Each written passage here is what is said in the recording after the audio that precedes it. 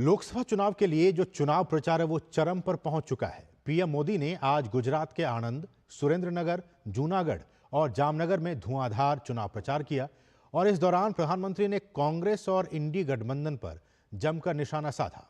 उन्होंने ये कहा कि कांग्रेस राम भक्तों और शिव भक्तों में भेद कर उन्हें आपस में लड़ाना चाहती है।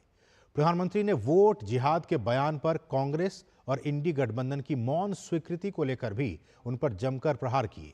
उन्होंने कांग्रेस पर मुस्लिम तुष्टीकरण में डूबे रहने के आरोप भी लगाए।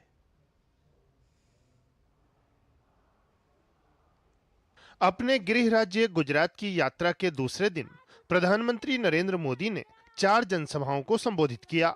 उन्होंने आनंद की पहली रैली में कहा कि मोदी की मजबूत सरकार न झुकती है न रुकती है, बल्कि भारत को विश्व बंधु के तौर पर झगड़ा सुलझाने के लिए बुलाया जाता है। उन्होंने इस दौरान कांग्रेस के वोट जिहाद वाले मामले पर मौन धारण करने को लेकर भी जोरदार हमला बोला। पढ़े लिखे मुसलमान के परिवार से बात आई है। सामान्य मदरसा से निकले हुए किसी बच्चे ने नहीं कहा है।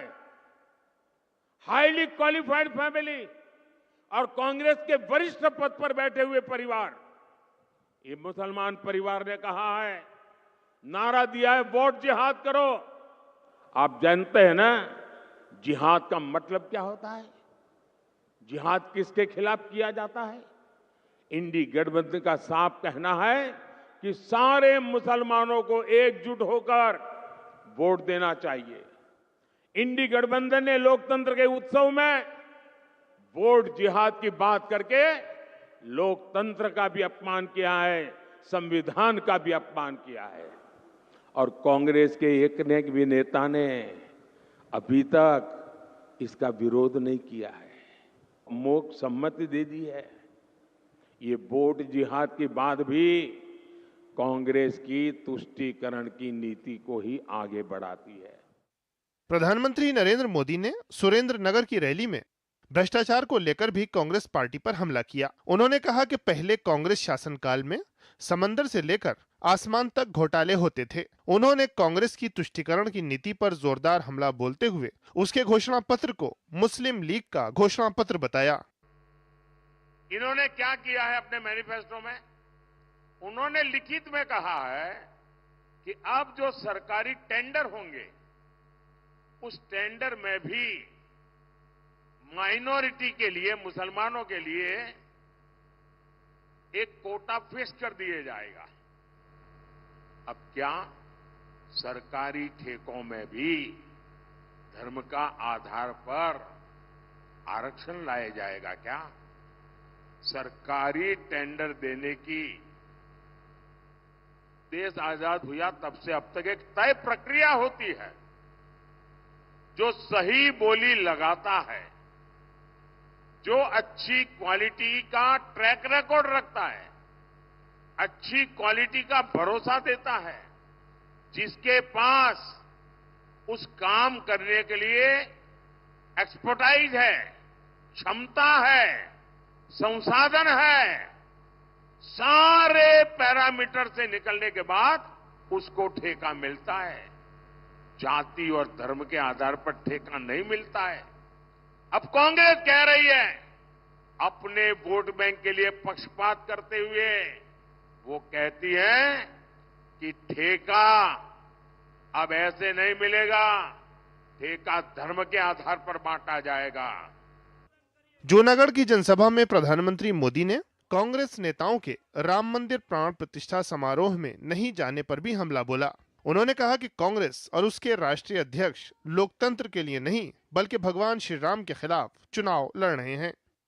कांग्रेस ने कहा है, उनके अध्यक्ष ने कहा है कि उसका मकसद भगवान राम को हराना है। आपने सुना होगा। और ये बयान कांग्रेस के राष्ट्रीय अध्यक्ष ने दिया है। और शिव राम को हराएंगे ऐसा जोड़ देते हैं, यानी समाज में भी बांटने की बात करते हैं। यानी कांग्रेस पार्टी लोकतंत्र का चुनाव नहीं लड़ रही है। कांग्रेस के लिए ये चुनाव भगवान श्री राम के खिलाफ लड़ाई का चुनाव बना दिया है। मैं इनसे पूछना चाहता हूं, भगवान राम को हराकर जरा बताइए किसको जिताना चाहते हैं। भारत माता की। प्रधानमंत्री ने दिन की अंतिम रैली को जामनगर में संबोधित किया। उन्होंने कहा कि देश में हो रहे विकास की वजह से कांग्रेस कुंठा और नफरत से भरी है।